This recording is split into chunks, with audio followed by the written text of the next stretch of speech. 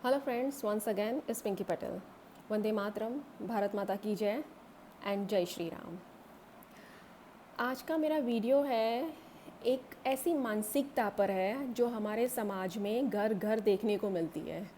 और सबसे इम्पॉर्टेंट बात यह है कि मेरा आज का वीडियो उन युवाओं के लिए है, उन उन हिंदू युवाओं के लिए है जो 20 साल के, 21 साल के, 24 साल के, 26 ईयर्स ओल्ड हैं। मैं उनको बोलती हूँ कि आपकी लाइफस्टाइल आज बहुत ही अलग है, बहुत ही स्टाइलिश है। आप मतलब अपनी लाइफ को बहुत अच्छी तरह से इंजॉय करना पसंद करते हो। वो सारी बात एक तरह से देखा जाए तो कोई बुरी बात नहीं है।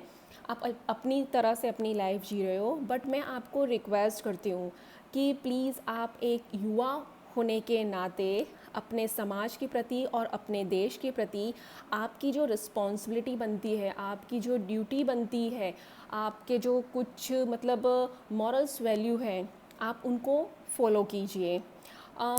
देखो, घूमना फिरना, खाना पीना, ये सब तो लाइफ का एक पार्ट है। हम सब इंजॉय करते हैं, बट यूथ में कुछ ज़्यादा ही होता है बिकॉज़ उनकी कॉलेज लाइफ होती है।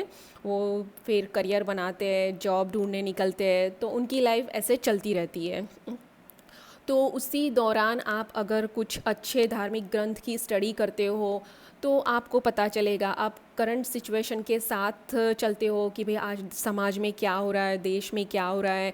आप एक तरह से ऑब्जर्वेशन करना पसंद करते हो, तो वो बहुत अच्छी बात है। आपको वो करना चाहिए, आपकी वो ड्यूटी है। बिकॉज़ आने आने वाले साल आपके हैं। ये देश आप जैसे युवाओं के हाथ में जाने वाला है।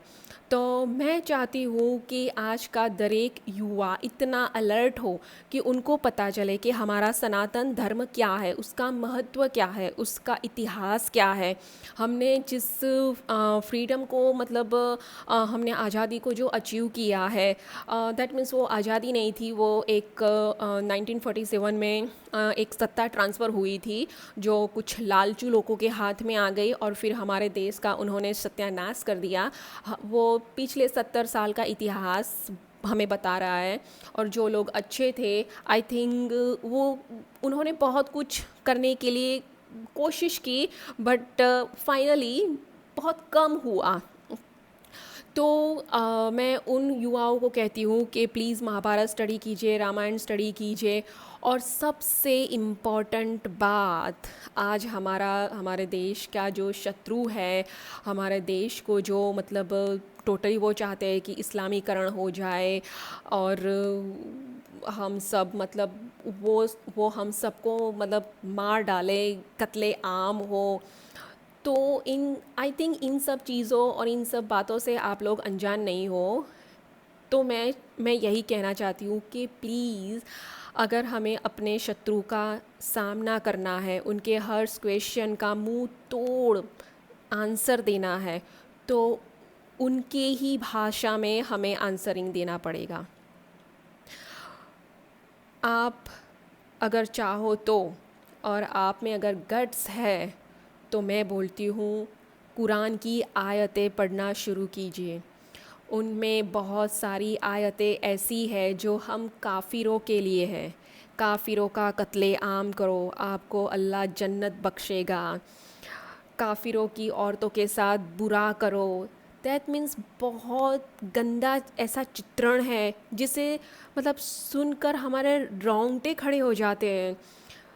तो अगर आप ये सब जानते हो तो आपको आने वाले वर्षों में आपको एक स्टेबिलिटी मिलेगी, आपको हिम्मत रहेगी कि आप अपने शत्रु के बारे में जानते हो। हमारी चाणक्य नीति कहती है कि अगर शत्रु को पराजित करना है तो शत्रु के सारे भेद हमें पता होना चाहिए। तो आज यही समय है कि हम वही नीति को लेके आगे बढ़ें। दूसरी बात ये है कि मैंने बहुत सारे अपने समाज के हिंदू परिवारों में देखा है कि बेटा कुछ भी अगर कोई ऐसी बात करता है कि समाज के लिए हो, देश के लिए हो, लोगों की हित के लिए हो, तो उनको उन बच्चों को घर में डांट मिलती है। वो फिर मम्मा की तरफ से हो, पापा की तरफ से हो, वो यही मतलब बोलते हैं कि बेटा पहले अपना कुछ कर लो, फिर देश के बारे में सोचना और समाज के बारे में सोचना। अभी आपको इन सब चीज़ों में पढ़ने की ज़रूरत नहीं है, और इन सब झंझटों से आप लोग दूर रहो, अपने फ्यूचर पे फोकस करो। एक बात मैं मानती हूँ कि फ्यूचर पे फोकस करो, अच्छी बात है, बट कुछ युवा ऐसे होते हैं कि जो अपनी पढ़ाई के साथ साथ मतलब करंट सिचुएशन से भी बहुत वाकिफ़ होते हैं। उनको मतलब सब कुछ पता चलता है कि यहाँ पे क्या हो रहा है, ये क्या गलत था, क्या सही था।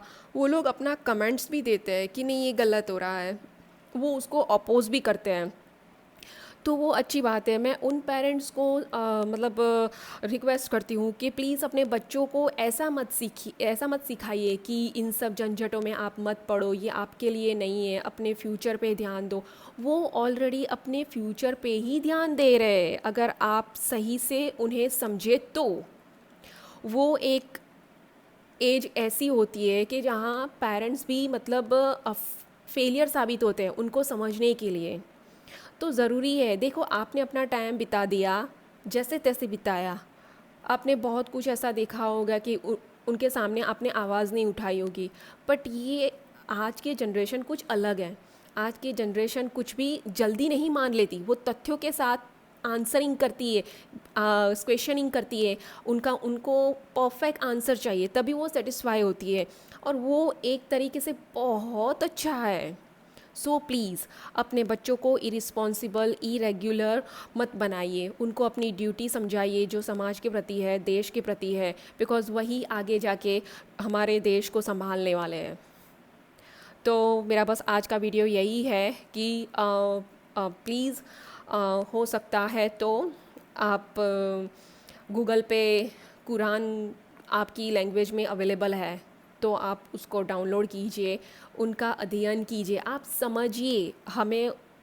हमें उसको मतलब इतना डीपली स्टडी नहीं करना है, बट आप कुछ ही हद तक आप पढ़ लेंगे तो आपको समझ में आ जाएगा कि इतनी क्रूरता, इतनी नफ़रत, इतनी गंदगी आई थिंक इन लोगों के दिमाग में क्यों है हमारे प्रति। और फिर हमें भी पता चल जाएगी कि हमें अब क्या करना है। और जो आपकी गलतफहमी है भाईचारा भाईचारा, वो सबसे पहली मिसअंडरस्टैंडिंग निकल जाएगी आपके दिमाग में से। सो प्लीज़ अगर आप फैमिली लेके बैठे हो तो अपनी फैमिली को मतलब इस बात से वाकिफ़ कराइए कि आने वाले दिनों में कुछ भी गलत हो सकता है, परिस्थिति बिगड़ सकती है, तो हमें उनका सामना करने के लिए मेंटली प्रिपेयर रहना चाहिए।